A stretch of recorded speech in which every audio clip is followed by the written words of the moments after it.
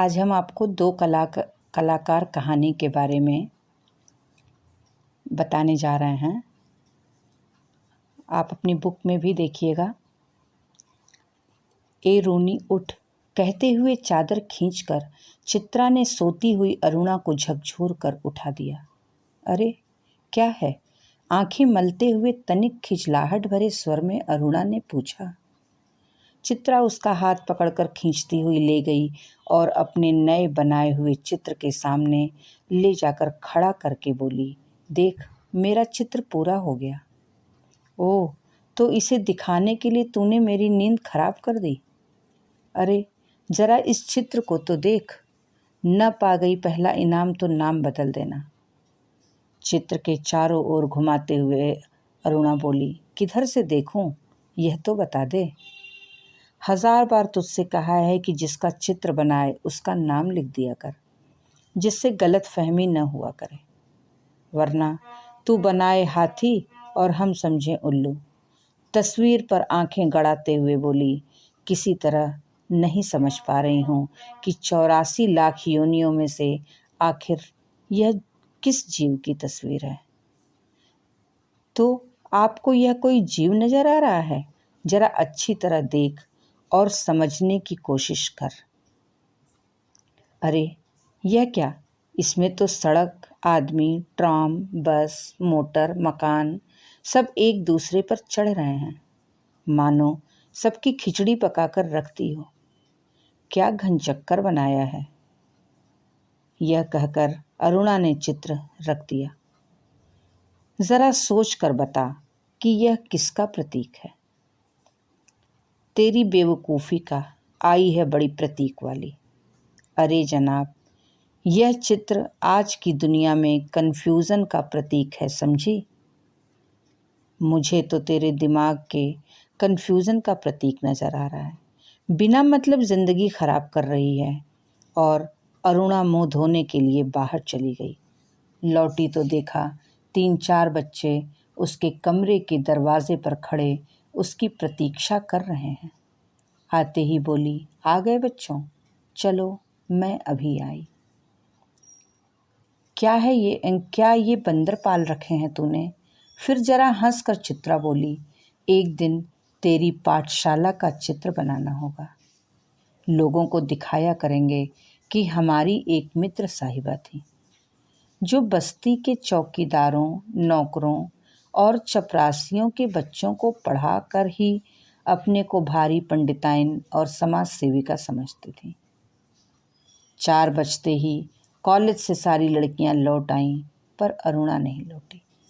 बच्चों, ये जो है ये अरुणा और चित्रा, ये दोनों जो कि हॉस्टल के एक ही कमरे में रहती थीं, ये उन दोनों सहेलियों की बातचीत थी, जो कि एक दूसरे पर हमेशा छींटाकशी करती रहती थी कि क्योंकि चित्रा चित्र बनाया करती थी और अरुणा उस पर अपना कमेंट देती रहती थी, और दोनों एक दूसरे से हमेशा बहस करती थीं, और जबकि दोनों बहुत ही पक्की सहेलियां थीं।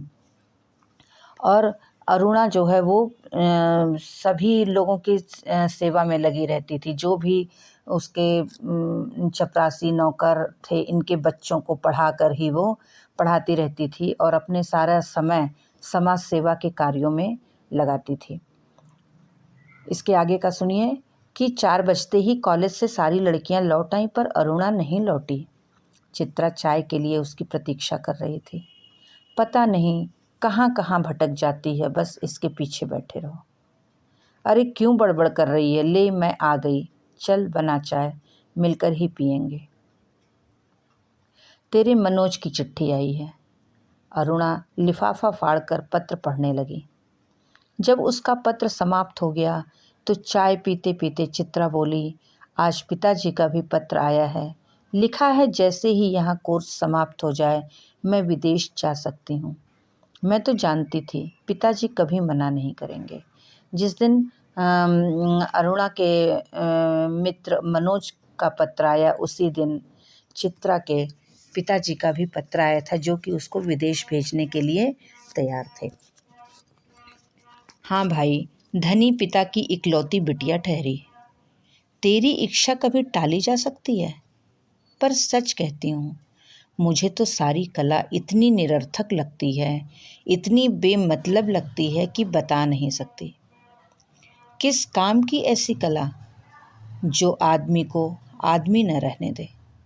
अरुणा आवेश में बोली। तो तू मुझे आदमी नहीं समझती है क्यों? तुझे दुनिया से कोई मतलब नहीं, दूसरों से कोई मतलब नहीं, बस 24 घंटे अपने रंग और तुलिकाओं में डूबी रहती है।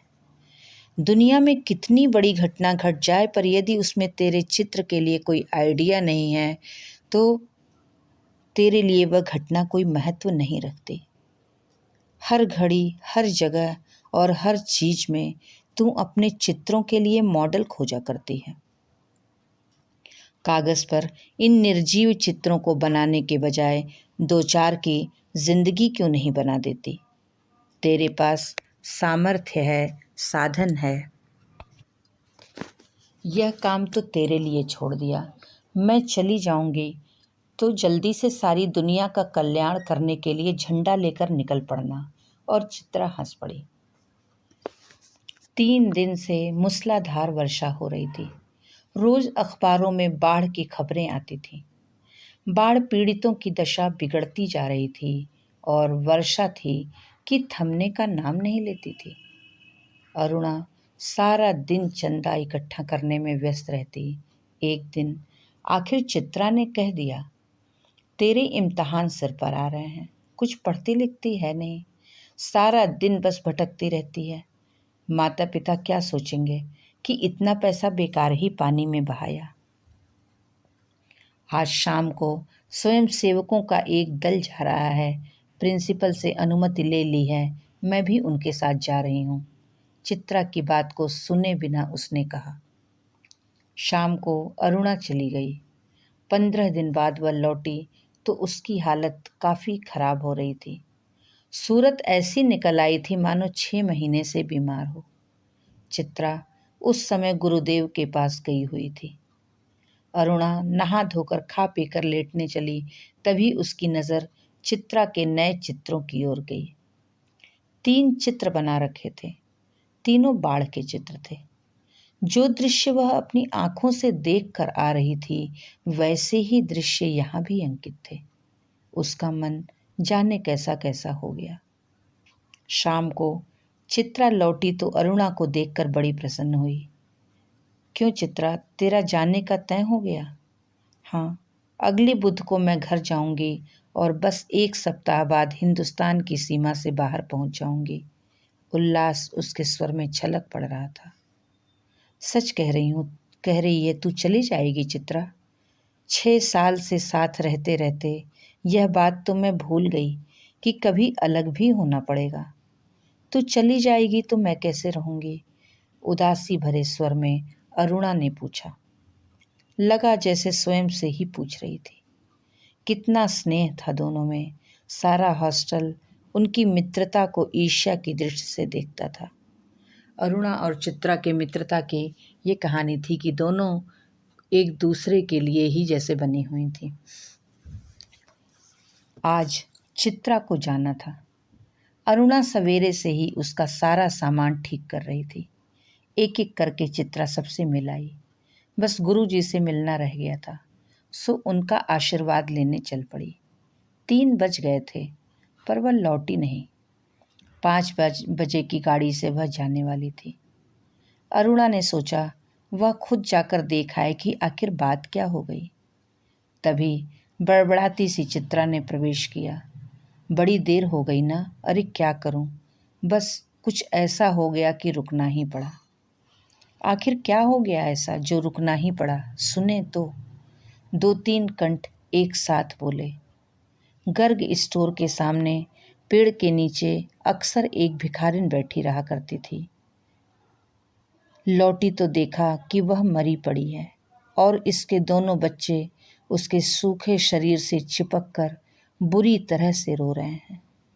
जाने क्या था उस सारे दृश्य में कि मैं अपने को रोक नहीं सकी।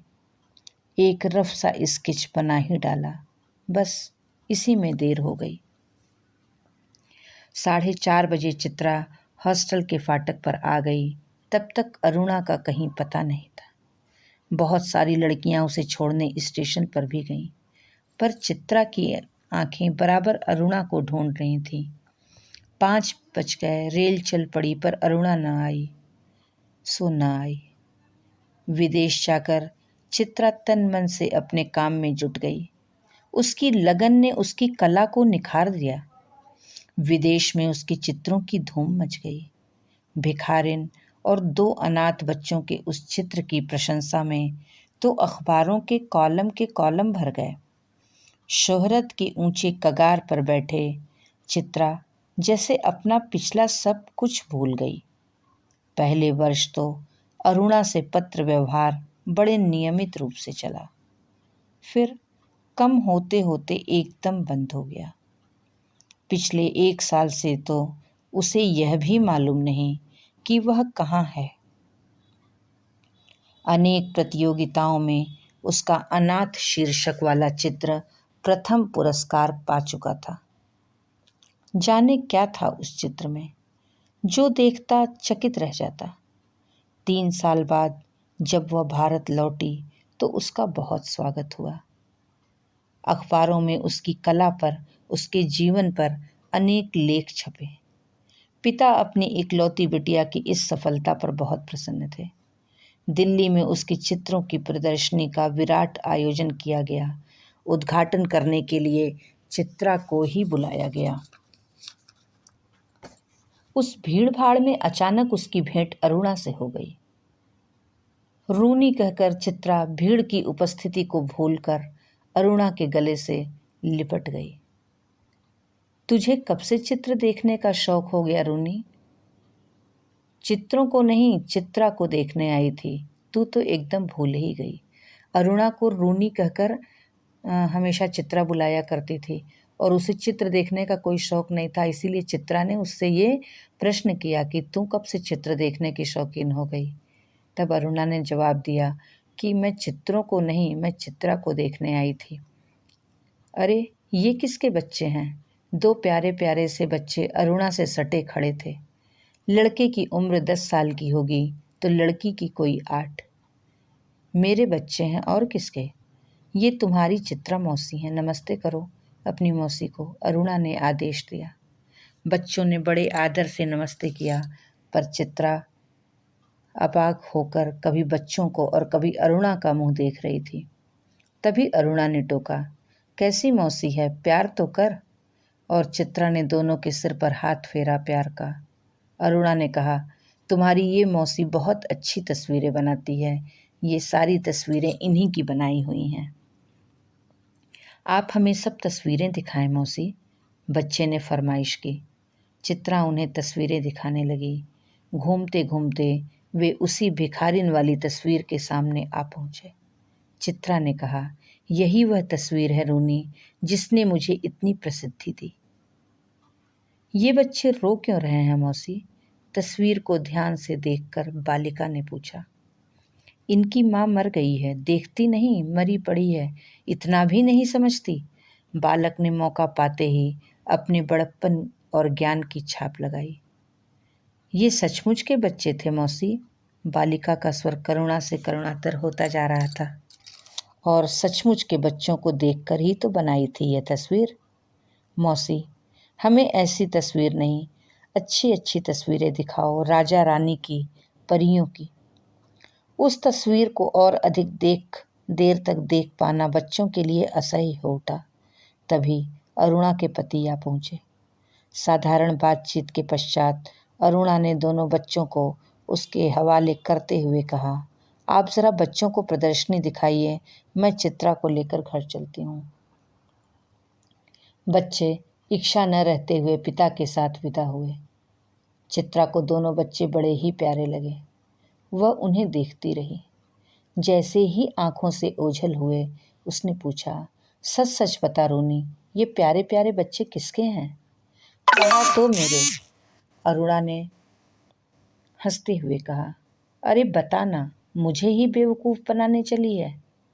एक क्षण रुककर अरुणा ने कहा, बता दूं? और फिर उस भिखारिन वाले चित्र के दोनों बच्चों पर उंगली रखकर बोली, ये ही वे दोनों बच्चे हैं। क्या? चित्रा की आंखें विस्मय से फैली रह गईं। क्या सोच रही है चित्रा? कुछ नहीं, मैं सोच रही थी कि, पर शब्द शायद उसके विचारों में खो गए। इस कहानी का अंत बहुत ही आश्चर्यजनक ढंग से हुआ जब उसने बताया कि ये वही चित्र वाले दोनों बच्चे हैं उस भिखारिन के, क्योंकि वो तो खाली उन बच्चों को उस चित्र के माध्यम से ही लोगों से परिचित कराई थी और अरुणा उन दोनों बच्चों को अपना कर उसको लोगों से, समाज से परिचित कराई थी। तो ये थे दोनों कलाकार, चित्रा और अरुणा। दोनों में सच्चा कलाकार आप किसे कहेंगे? यह प्रश्न मन में उठता होगा। तो आपके हिसाब से इसमें सच्चा कलाकार कौन है? बताइए।